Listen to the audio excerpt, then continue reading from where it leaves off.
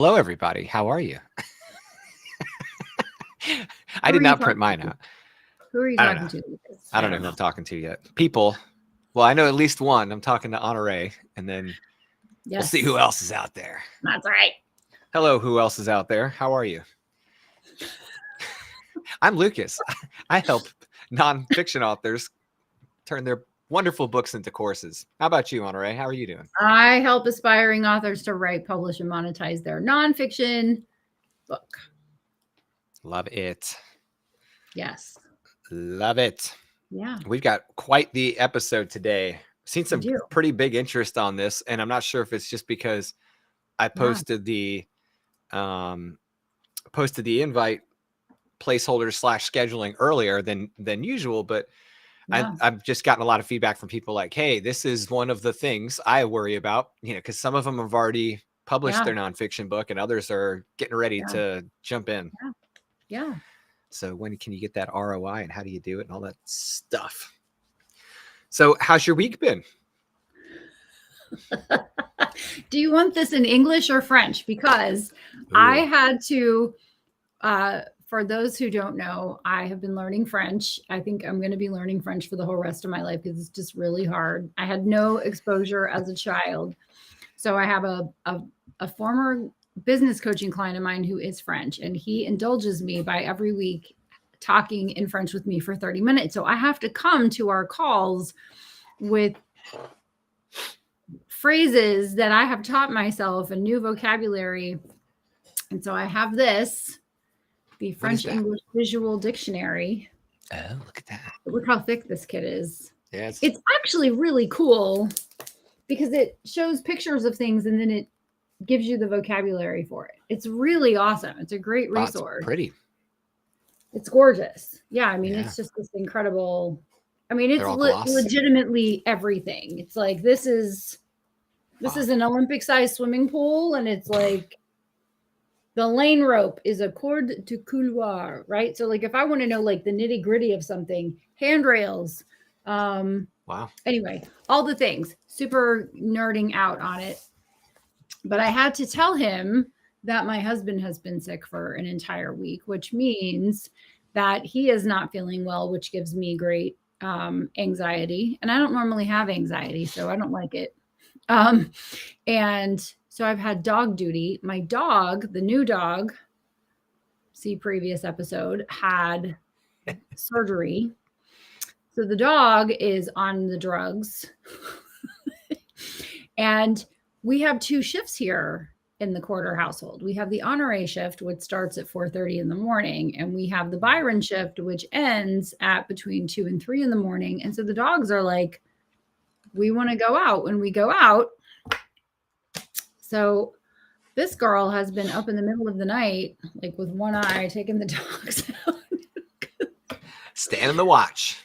So I go to bed and then I wake up because the dogs want to go out, and I bundle up because it's been very, very cold. Take the dogs out, get back in the bed. So I'm a little low on the sleep, but I am powered by Texas Pecan. Positive energy and endorphins because I haven't given up my workout, which Renee knows all about. Hi, Renee. And she's saying hello. Hello. Yeah. So how has my week been? It's been a little low on the sleep. Yeah. Yeah. So I'm ready. I'm ready for the weekend. I think I actually asked Byron the same question twice. Like, like in the same sentence? Yeah. Like, well, I said, and he answered me. I said, I'm so tired. I said, do you want a yogurt? And he said, no. And I was like, well, how about a yogurt? Good for you. And he was like, no. No. So anyway, it's been an interesting week. This is the part where I'm really grateful that I work for myself. Yes. Because I've been able to kind of manage the fatigue with Nappuccinos, which for those of you who don't know, it is a dose of caffeine followed by like a 25-minute nap, which allows me to recharge my batteries and then get back in there. Like, you know, the entrepreneur equivalent to rub some dirt on it. That's right. Oh, Yes. it's so good. Yeah, you've got a lot going on over there. Yeah. Yeah. We've got teenagers. That's our thing. Yeah. My Your daughter became a teenager. Yeah. Yeah. We've officially have 3 teenagers now. My daughter turned 13 yesterday, but we had her party over the weekend, and just what a joy, what an awesome time. She is so gorgeous, your daughter. I was looking at those pictures She's a good and I was kid. like, I think Lucas is probably doing 2 things while Tammy is taking these photos. 1, cleaning his guns, and 2, drinking bourbon. This was the picture I had in my head. Yeah. Of you sitting on the porch with your oil and your cloth with a little tumbler with the dog next to you. Like, this is how I picture. You have a very calm image in your head of me, which I appreciate, because my image of me in my head with that is like anarchy. Is it so? It's more the end of Die Hard than the beginning. Yeah, and it's still a Christmas movie. So all this is still happening. About that. We'll fight you about that if you don't believe us. Yeah, it's funny because a lot of it also is like watching my oldest son and my middle kid like manage their obligations, because they're getting closer to adulthood, and they're really good at what they do, and they're dedicated and they care. They're in theater. My oldest son does tech theater. He's lighting and sound and all the things, but he's like their master electrician at the school, and he's trying to balance that with really demanding school program he's in. And I'm just, it's a lot of like, I hate to say, but it's a lot of, dadding is a lot like life coaching at that phase. It's like, hey, here's how you approach your obligations. Here's how you approach balancing your energy. Like, here's how you approach what matters. And, you can't just say yes to everything. You have to tell them you have some when you guidelines. Say yes to something, you say no to everything else. Right. So it's been a lot of that. Also, the book launch is, upon us. So it's been a lot of work on that, reviewing files and doing this stuff. And oh, by the way, still trying to enjoy things like reading, right? Like you and I are avid readers, and I'm like squeezing 2 audiobooks in and reading this one for research and doing that. Look at this. We are stacking we have all the people. So we've got Renee, who's telling everyone at work about your book, which is cool, because I know you have a super fan in her office now. And we have Wayne and Charlie. Hi, Charlie. Hi, Wayne. Charlie. Hi, Bob. I think Bob's. My brother might be watching. Hi, Justin. Oh, now this is Bob Latino. Everybody pay attention. Nonfiction author in the room. Bob is so great. What is Bob's book? Bob, we need a link to your book in our chat. I actually have a copy up in here, but for the sake of not like destroying the feed with all the noise and stuff, he writes about root cause analysis, and his family has been, Bob, if you want to put a link to your book in the comments, that'd be great, because then people can see it. But honestly, Bob's family's business for over 40 years was root cause analysis and reliability engineering and all the things, and just fascinating. Are you going to translate that for the yeah, you want the in the room? Here's the translation of root cause analysis. You think something caused the problem, and they actually know how to find out exactly what caused the problem. But in what? In an argument? In a machine? You pick your poison. It could be something. Yeah, it's basically a method by which to decompose events and sequences of things. Well, I mean, obviously we have the people that we blame. That's the well, it's so funny you bring that up. Call me Bob. I have the name of the root cause of all of the problems. That's actually a funny thing that you say, because it's almost always step one is like, whoever you think the problem is, just go set that aside, because this is never about finding someone to blame. It's all about the things. It's like Were there policies? Are there sequences, events that like, was there a gap in your procedures? Like all these things. Oh, by the way, were there external forces you don't know about or consider, or any of Yeah, those of things? And course. there's a I whole lot know. to Take it. responsibility, blah, blah, blah. Okay.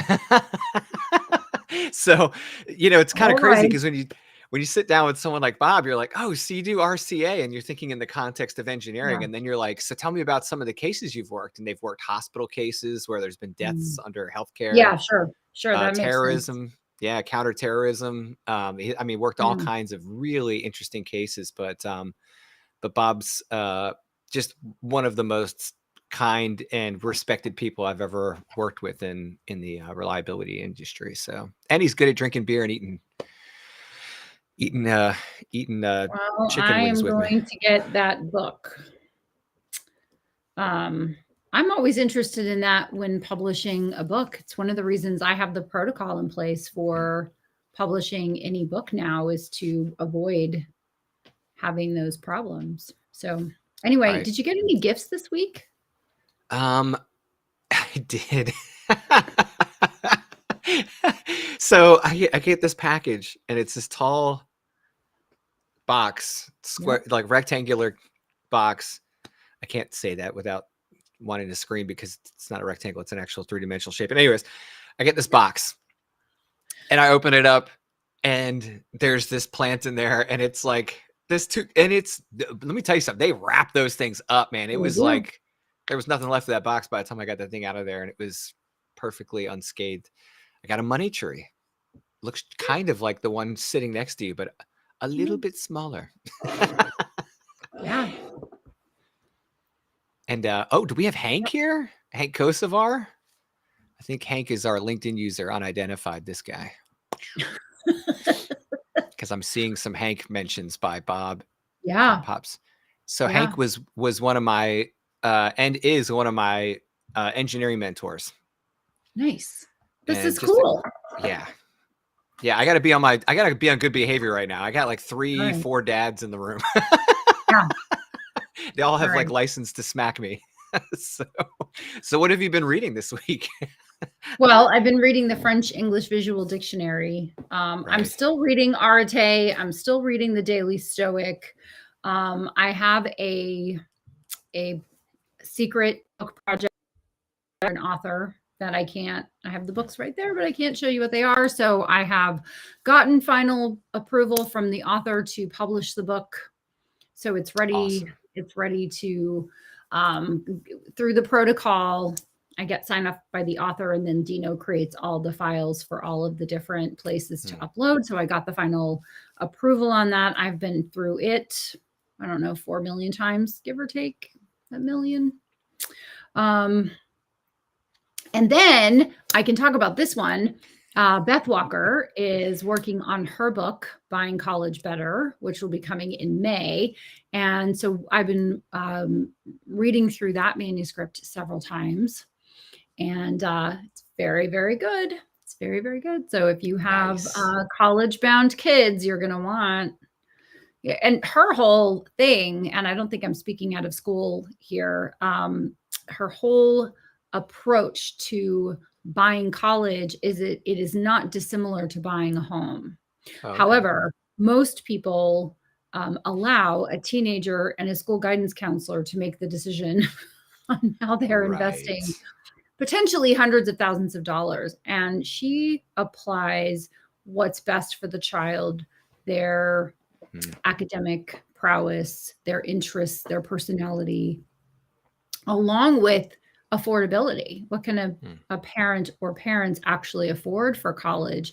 And then finding the right college with the right program. So it's this very interesting ballet almost of information, bringing it all together, because most parents are like, well, if my kid wants to go to Princeton, my kid's going to go to Princeton. If they can get in, I only need one kidney. I was about to say, I'm going to jail for the stuff I'm going to have to do to get this kid in Princeton. That's right. That's happening. That's right. Well, and so if you think about it from what can the parents afford? What's the best education for the child long term? # recovering attorney, right? Right. So when you add all of those things up and have her apply her process, and it's really an affordable process, right? That she's asking the question, you know, would you spend $10,000 to save $100,000? Well, yes, right? Yeah. But most people just go, this is where my kid wants to go to school. There's an emotional, they like the mascot, or their boyfriend or girlfriend or best friend or whatever went to that school, or that's where mom and dad went, not thinking, Yes. is this the best place for them to go for their long-term career success? And what's going to be left in the wake of putting that kid in college? So we've just been having great conversations. So Kent's the ghostwriter on the project. Beth is the author. I'm the producer. We're having a wonderful time working on this book project. And then I have a couple of other book projects that are in the works right now that I'll talk about at a later date. So that's what I'm reading. And you're reading a lot of that. Yeah. I'm reading a lot of that. And then I am reading The Frozen River by Ariel Lawhon, which is just a beautiful historical fiction book that I unfortunately was reading before I went to bed. I could get in bed and read a chapter or two chapters, but I'm reading a sentence conking out. So I'll get back to it. Nice. I've got another week or so that it's before it's due to the library. So well, yeah. What are you reading? I've been really leaning on audiobooks this last week pretty heavy because of all the driving we were doing. So hey, you know, if you're not familiar with like current teenage parent life, they really don't want to hang out much when you're in the car. They all love their earbuds and just zone out. So it gives me an opportunity to put an audiobook on. So when you consider, like, that's how I'm kind of keeping track of my time in the car right now, is I'm like, damn, I'm zipping through these audiobooks. I'm like, oh my God, how much am I driving? Right? Like Tammy and I are just never stopping. So right now I finished book 3 of the Dead South series from Zach Bohannon. All right. And started How to Sell a Haunted House from Grady Hendrix, which is one of the year's bestsellers in the horror community. And it's also been shortlisted, or not shortlisted, but he's made the final list for the Stoker, the Bram Stoker Award, which is, so I'm like, I got to hurry up and read this book before everyone's talking about it even more than they already are. And then I finished Trackers, which was the EMP book. Oh, right. That I was reading. Speaking of EMP, AT&T is down. I'm sure there's no relation. Yeah, there's definitely not a relation. We wouldn't be sitting here right now. I'm just saying. You know what I'm saying. Yeah. And then I started a second EMP as soon as that was done. This one's called 1 Second After. So technically I'm sitting in How to Sell a Haunted House and 1 Second After in kind of tandem here. But yeah, good times. I forgot one before we jump into our topic. I am listening to The Joy of Movement by Kelly McGonigal. Speaking of audiobooks, and it's fascinating. I have learned a new word in English, endocannabinoid, which is fantastic. So if you're just wondering why you have anxiety or depression, or you're just struggling in some area of your life, it could be that you're just not moving quite enough. And a little bit of movement, 20 minutes a day, releases those natural chemicals that prevent homicide. Yay. Yeah. And that's a good thing if you're trying to avoid prison. Yeah. You know, if you're trying to get into prison, I mean, there's probably other ways you can do it where it's a little less impactful on someone else, but yes. Yeah. 100%. It's crazy stuff. So it's been a real great time of reading and consuming, and I'm trying to fight the urge to start another book right now because I've got some friends that are all reading the same book, and I'm like, oh, I want to be in there because I got a little bit of FOMO going on with the Anyone Home from Michael Sindlinger. It'll come. It's just gonna have to wait. Yes. Well, do you want to dive into the ROI conversation? Yeah, I think so. Let's do it. I think so. I think a little background on why we're talking about this particular topic is relevant. You brought this subject to the I table last week.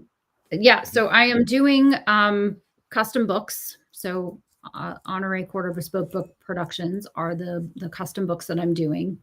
And very often, one of the first things someone will ask me in a discovery conversation is, when am I going to get an ROI on my book? Related specifically to how many books do I have to sell to make back the initial investment?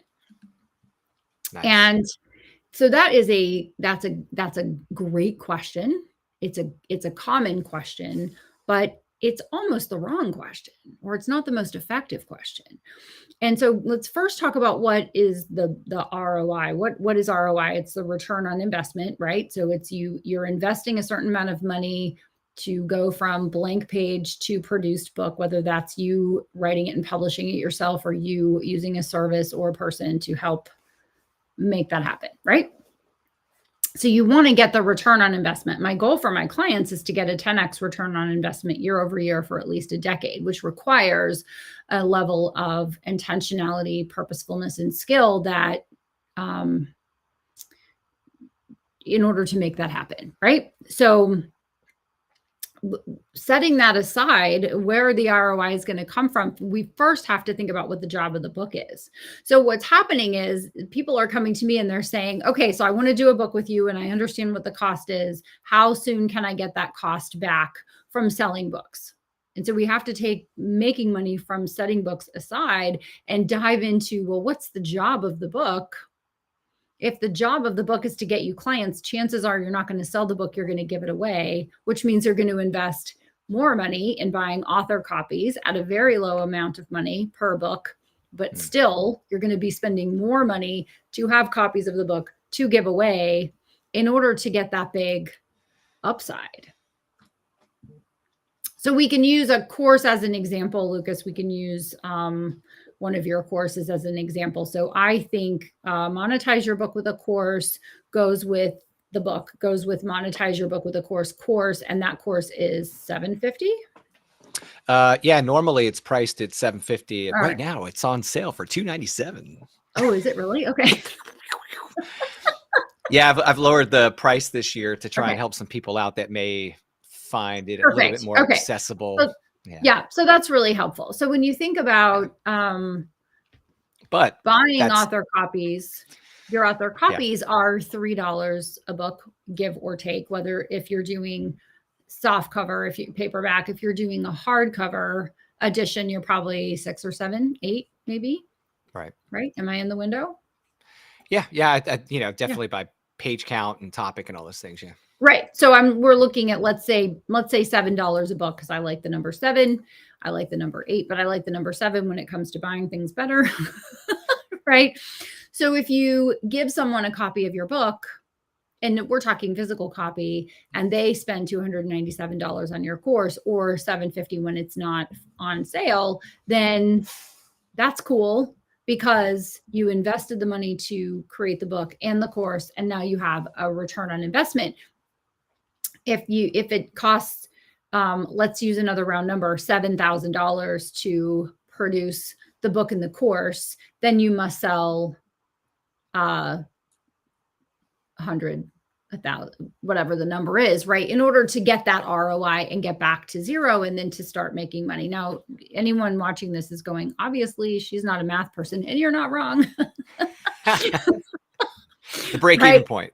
I should have used a round number like 1,000. I should have said, if your course is 1,000 and your book costs $10, you're going to give away a $10 book, but you're going to make $990. And so in order to pay yourself back for creating the book and the course, to get to your break-even point, which is not the goal. It's interesting to me because most aspiring authors will say, how much do I need in order to break even? And what I really want is them to have that 10x times 10, or that 100x return on their investment over time, which is why my clients are generally very successful business owners and entrepreneurs who charge or are paid or compensated a large amount for what it is that they do. So we can use, what can we use? Let's see. I can't use the most prevalent example in my mind for something that someone gets paid for.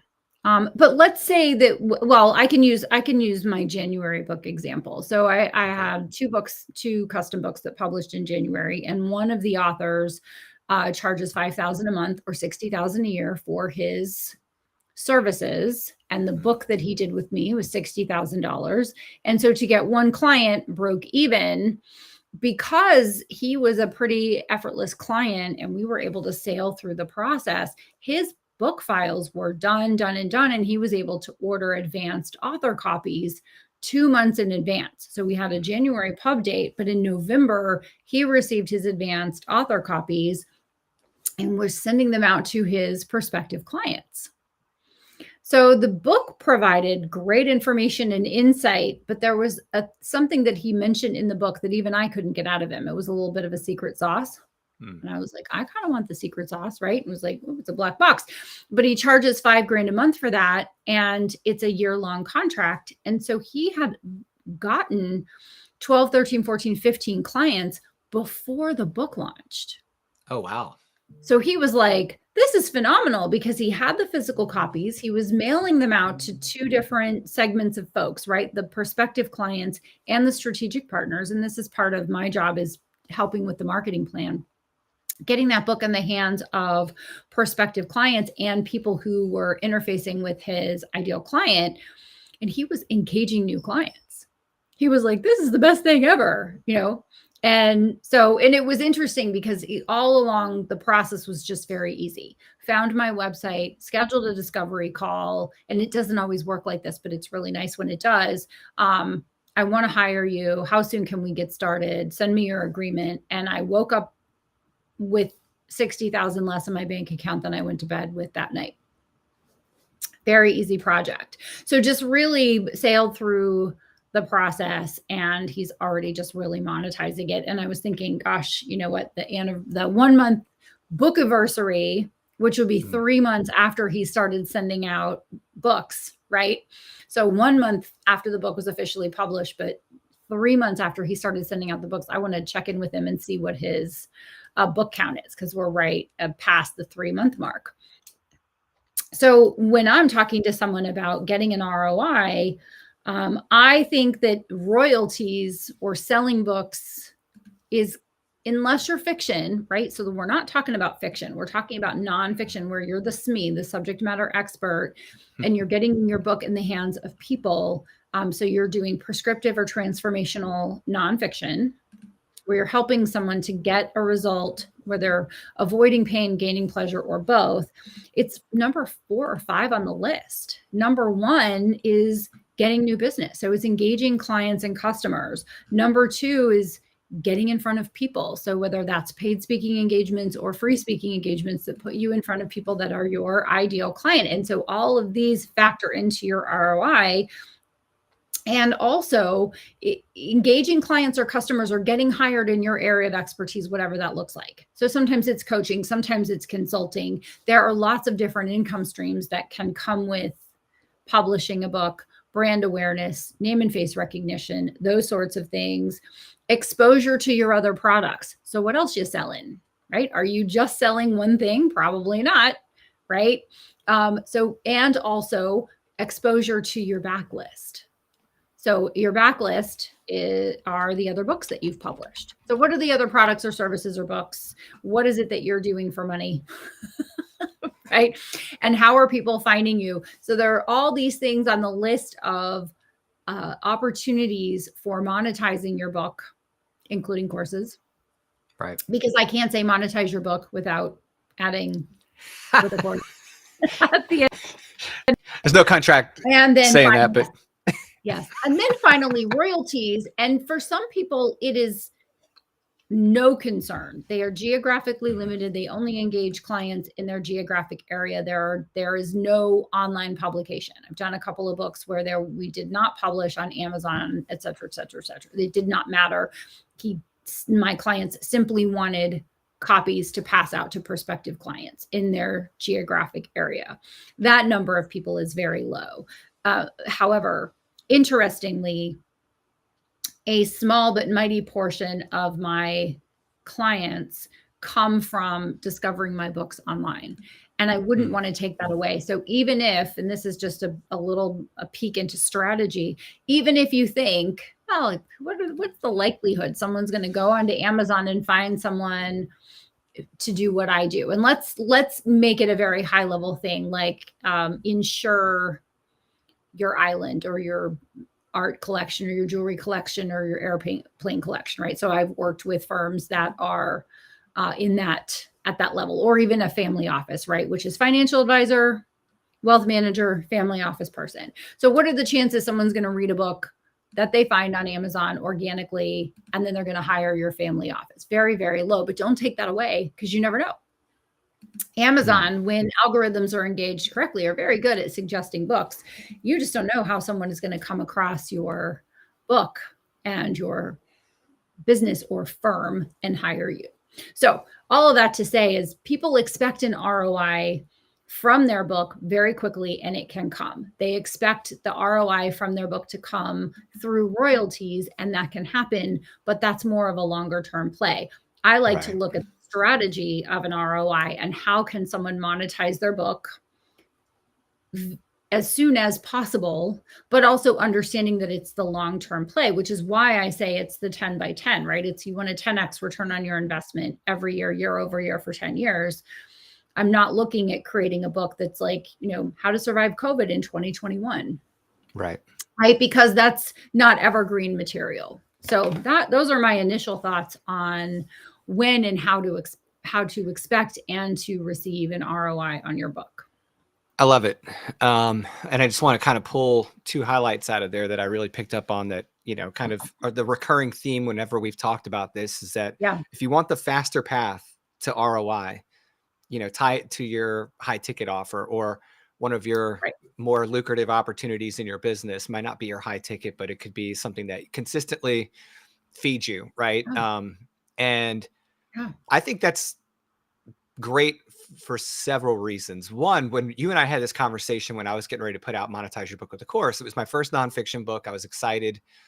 I had very little expectation that the book would fly off the shelves and be a household thing. It's about creating courses, and it's about specifically doing that from nonfiction books. It's a very niche thing, but I knew it had a lot of value and that I could provide value to people in the book and then also in other complementary ways. One being, like you said, through selling upgrades to courses. Someone might read the book and then go buy a course, or reach out to me and say, hey, now that I've read your book and I see all the stuff that's involved here, can I just hire you or someone else to do this? Or can I have you coach me through this?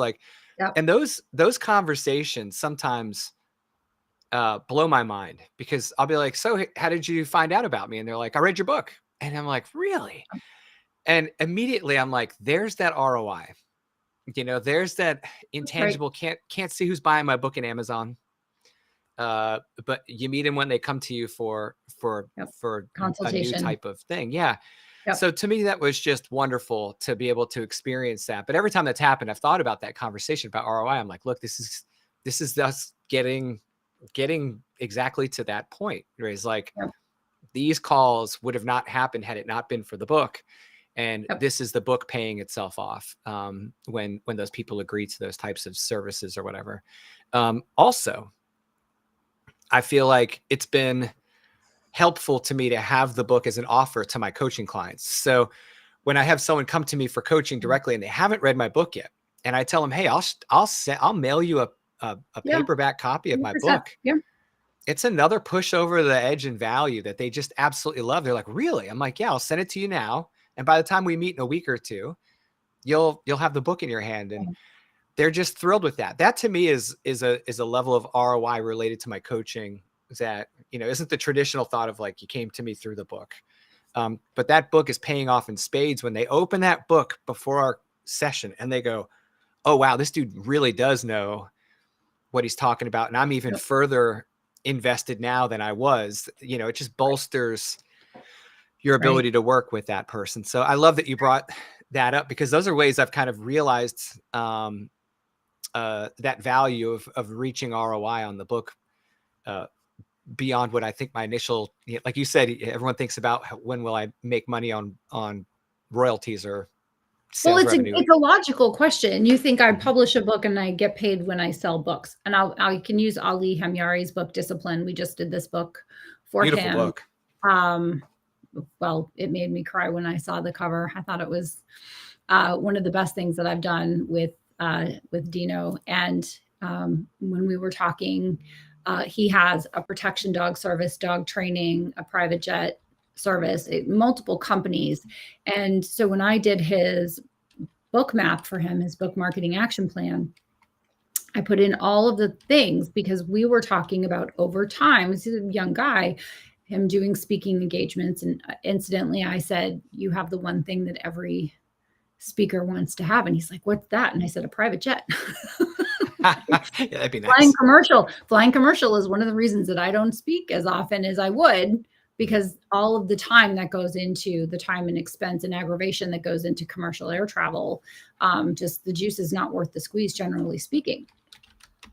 But I'm putting a link to the book now. But also, the investment for the book is the equivalent to a protection dog.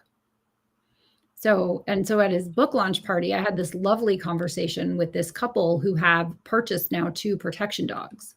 Oh. And you don't think about executives and wealthy people and famous people who need protection dogs or want to have protection dogs. There's actually a lot of them.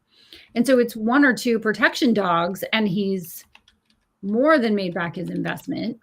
And now we're off to the races, and now we're green. We're in the green. We're revenue positive for as long as the book shall live, right? So yeah, anything from here on out is just green. Yes, it's just yes. We've broken even, as you said, and now we're revenue positive, and the book has been out 9 days. Right. So when you think about, gosh, I had dinner with another client of mine, and they were like, we should probably get a protection dog. So boop, made the introduction. And so, comes full circle. All of that to say, when you're thinking about the ROI opportunities and potential for your book, you'll want to have revenue from royalties on that list. However, what you want to think about is how many clients or customers or widgets or online products do I need to sell in order to get back to even? And then what's my goal? So part of the book map is a 10-year goal. What's going to really make this worth it, right? How many courses can we sell over 10 years? So so let's just say we want to, Ali would want to do 1 new protection dog every quarter. So 4 protection dogs in a year is 40 protection dogs over 10 years, 60,000 or more for a protection dog. So what's 40 times 60? Is that $2.4 million from 1 book? And that's just 1 revenue stream. That's not speaking engagements. That isn't book royalties. His book is for entrepreneurs, so anyone can read the book. And that's just 1 book. When we think about Beth's upcoming book with college students, she's charging fees that are in varying degree. So in very short order, she only has to help a dozen families, let's say half a dozen families before she's broken even. But she would want to help lots and lots of families through her various offerings, her one-on-one basic service, her one-on-one all-in, we do everything for you service, right? We help you write the essays, and we help you to come up with all the, fill out your FAFSA forms and all the things that I'm learning about, right? So there's a lot to be considered. So you want to think about, what is it that I do for money? And you used a high ticket offer. So maybe you have a mastermind, or maybe you have high level consulting, or you're an executive coach or a business coach or a life coach, or you have courses, or you have other books, or you have some kind of service that you sell. Start to play with the numbers a little bit. And all of a sudden, the money that you're investing in do it yourself. So the number that I provide in publishing PhD is to expect to pay around between 12 and 15,000 to really do your book well. If you're a first-time author, you want to add 5 to 10 grand on the top of that, because you need a book doctor to help you with the structure of your book. So if you're doing everything yourself, it's still going to cost you a decent amount of money to do the book, which is why some people come to me, because they look at that list and go, here's my American Express card. You do it, Honoré. You can do it. I don't want to have to think about this too hard. Just take it and go. Right. Well, as some people say to me, I make $500,000 in an afternoon. It does not make sense for me to try to figure out how to do this. Just like I don't do a lot of administrative tasks, right? The learning curve is too steep. So when they've got more money than time. They have more money than time. Correct. So when you have, but even if you don't, you do want to definitely educate yourself on the fastest, easiest path to do it and still do it well and professionally. Nevertheless, when you're thinking about what it is that you sell, you want to think about it in terms of what's my break-even number? Just, how many things do I have to sell? It's not going to be that many when you're using your book effectively. And then set a 1-year goal. And if you only can engage one new client a month or one client a quarter, what's the net revenue for that? And then multiply that and multiply that again and give yourself that 1-year goal, the 10-year goal. And then when you look at the possibilities, what's possible from it, then $12,000 or $15,000 or $60,000 or $150,000 is not that much when you think about what the potential upside is when you do it well. Right. So I think people are just focused on what's the money that I'm spending, and you're not lighting it on fire because your fingers are cold. You're investing it in creating a business asset that's going to work for you, not unlike your website, not unlike your business cards or your brochures or things like that. A book just happens to be that one thing that's going to work really hard for you for a very long time when it's done well. Right. One of the things that's helped people to have a shift in their consciousness about investing in a book. Yeah, I think it makes so much sense in other areas too, because like for me, I exchanged book money for other money, right? Like I think we tend to think like it's one or the other, as far as like, well, if I do the book, I can't do these things. Sometimes doing the book is better than spending your money other places. For example, ads, right? Like ad revenue.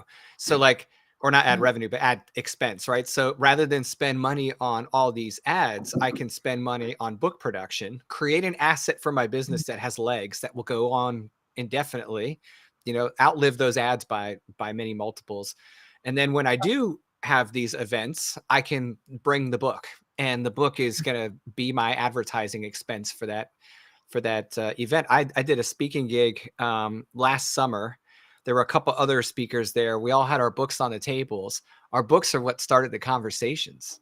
Like people were just walking by us, and then people would stop. Oh, you have a book? Yep. Yes. And they'd start talking about the book. If they buy the book and I never hear from them again, that's, that's cool, whatever. But like if they buy the book, most of the time they become convinced. That's a pretty good indicator that they're really interested in the topic, and potentially services in that area. So that was really helpful. Also, so ad expense for the book versus services has another wrinkle on it. And that other wrinkle is that we can spend money advertising the book to a much larger audience than we can to people that are specifically looking for services. Yep. So if you're looking to spread your ads across the larger audience, you may have more accessibility with a book than you do your services. And so spending money on the book ads to get those out essentially pays for advertising in a much larger net to your service population, but they're not in this loop where if they don't commit to a service agreement, there's nothing, right? They might commit to the book, then commit to a service agreement. There's something there for the people that don't ever follow through with the service agreement or pursuing services. They may still buy the book. So to me, like it's a natural stepping stone in your advertising expense to advertise the book in the same area that you have your expenses for advertising your services. Right. And then there's one last thing I wanted to ask you, because I know you're just the perfect person to ask about this. Okay, I'm ready.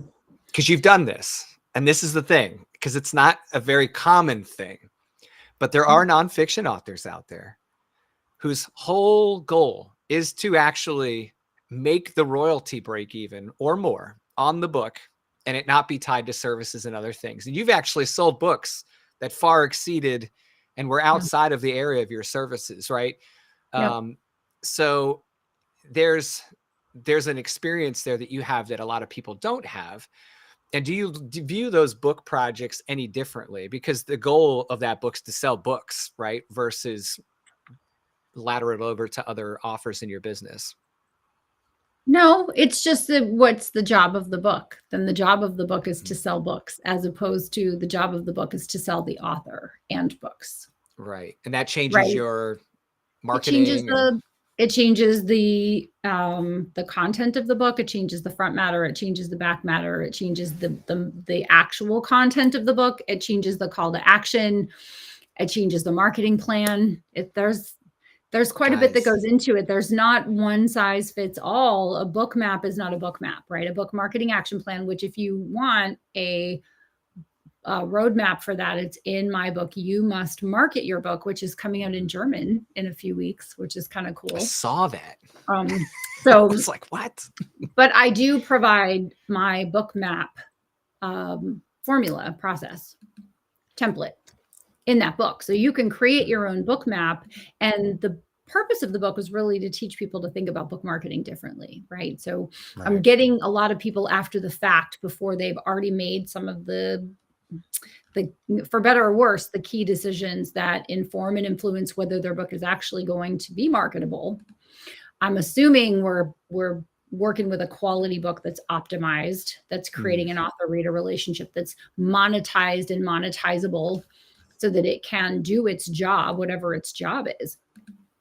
But you can get that template and that process by purchasing You Must Market Your Book, or the course, Book Marketing Mastery, that goes with it. So nonetheless, I kind of come back to zero on a book. Before I write a book, I'm really thinking about what the job of the book is, so that when I have a decision to make about the book, the contents, the front matter, the back matter, the call to action, the book bonuses, everything about the book has to be predicated on what the ultimate job of the book is and what's in it for the author. What do they want the book to do? And so that's where I start. So whenever someone says, well, now what do I do? It's like, well, let's start at the very beginning, right? Do, re, mi. Right. Right. Let's start at the very beginning, because there are a lot of things to think about before we move forward. Right. So if you guys are interested in learning like even more about these types of topics, Honoree's newsletter is unbelievable. You guys can join her list, and she gives daily bite-sized, super valuable. I've been on that list for 3 years. I'm still on that list. Every day I save those emails. That's very kind. Checks in the mail. Actually, I sent you a money tree, so you can print your own checks. But on that same page, thank you for all of that, Lucas. That's very kind of you. On that same page, on that contact page, is a way for you to download You Must Write a Book, which is another way for you to get in conversation with people. Very often people will read You Must Write a Book and then say, I want to sit down and talk with you about my book. And I don't help or can't help more people than I can. So as many books as I do, I say no to a lot of people and then point them in the general direction of other resources or people that can help them. Your book can do the same thing. Your book can be not a funnel, but not a barrier. English. I haven't slept for days. What's the word? One word, 2 syllables. Colander. What's another word for colander? Like a kind of a strainer? A strainer. A filter? Yes. A filter. Thank you. English. Gotcha. Filter. If you had to type it, you'd have been done by now. I know. It will be a filter for helping people to find you who are the right fit for you. And if they're not the right fit for you, perhaps they would be the right fit for someone that you know, which is kind of another thing I was thinking about in this conversation, Lucas, is that when someone reads your book and they go, well, I don't really want to create a course, right? I have a book. I'm happy with what my book is doing. But then they talk to someone else and someone else says, you know, I really need to turn my book into a course. They're going to go, oh, you know what? I read this guy's book. Yeah.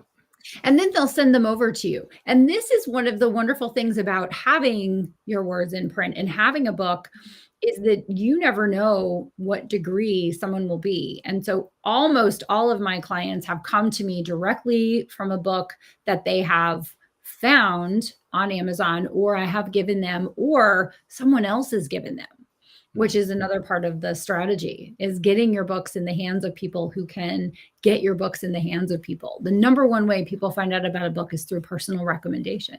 And the more you plant the seeds of your books in all the places, the more likelihood the right and perfect client is going to pick up your book and say, where have you been all my life? You are the person that I'm looking for. You were I can't believe that we have crossed paths at this moment in time, because you were exactly the person either I knew I wanted, but I didn't know existed, or I didn't know that I didn't know, right? I had unconscious incompetence, and yet here you are. This is exactly what I need next. Or it's in the future for me to do this in the near, to do at some point. Sure.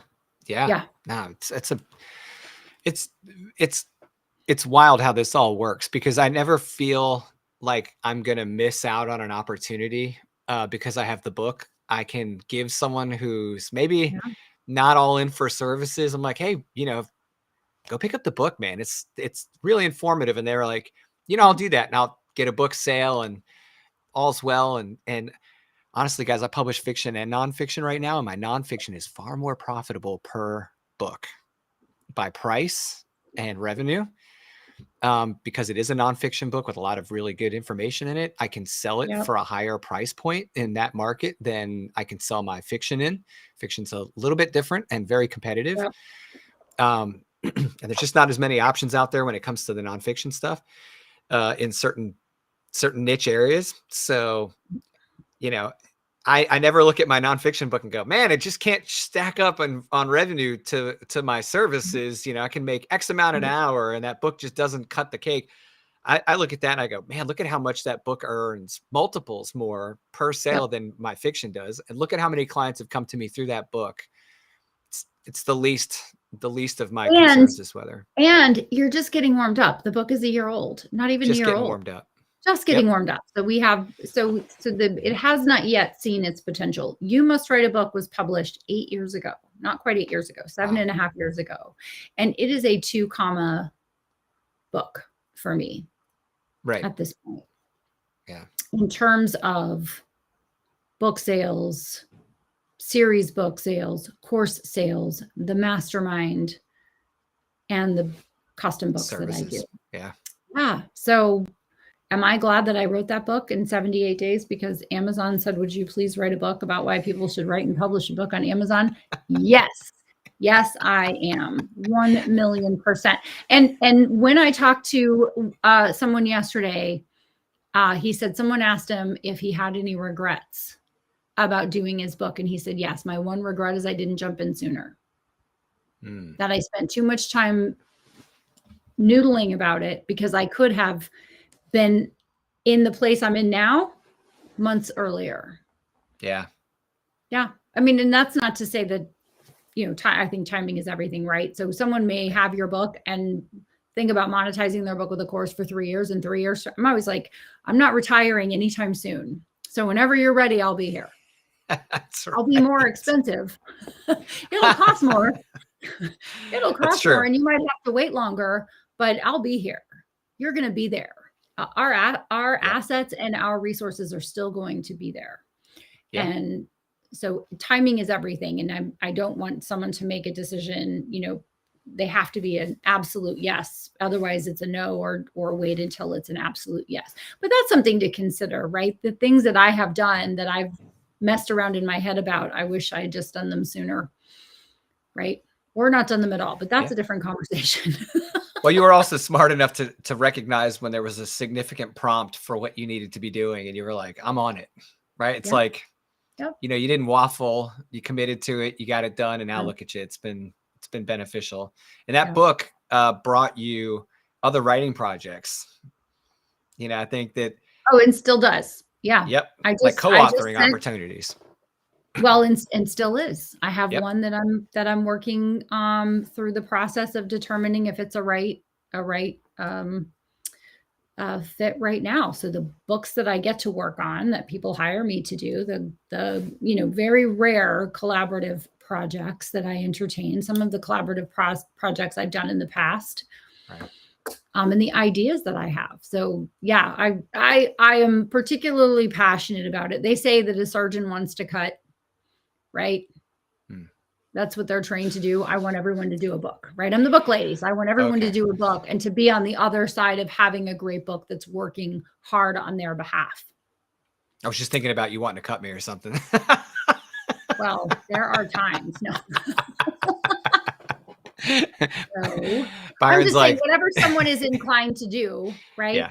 If a doctor wants to medicate you, a surgeon wants to cut you, a trainer wants you to work out, a dietitian wants you to diet, right? So I'm just kind of making some grand, applying their solutions. Yes, you're applying the solution that you're most enamored with, you're most trained in, that most feels natural to you. To me, I am the person who I have a few boxes that are left unchecked, and having a book has helped me to bypass not having those boxes checked. And that's very helpful. And so I want to give that gift to as many people as I can for as long as I can. That's right. Yeah. Well, guys, we're right up against the end of our time here. So if you have any last minute questions, please go ahead and drop them in the chat in the next minute. In the meantime, Honoré and I will be wrapping this thing up so we can get you guys back to your regularly scheduled programming and your lives. We would invite you guys, or we do invite you guys to come, back here every week, Thursdays, same bat time, same bat channel, 11 o'clock Eastern, live, 10 o'clock Central, LinkedIn, YouTube, all the places, Facebook. We love them. If you're looking for a place to watch all of our former episodes in one easy to kind of access place, YouTube channel is the place to go. You guys should definitely subscribe there, whether you are a continuous weekly viewer on YouTube or not, because that's one place where all of our content is stored forever and ever. Amen. And we've got a little something coming up for you guys that starts next week. Honoré and I are going to be publishing some weekly content. Like, what are we doing? And we're starting with some articles that Honoré has been kind enough to produce. And so, it's going to be awesome. And we'll have some information to share with you guys by next week's episode about exactly how to get on that list. Yeah. So yeah, Honoré, any parting thoughts before we break off? No, I just appreciate anyone who has watched this long. Thank you for watching. Thank you, Charlie.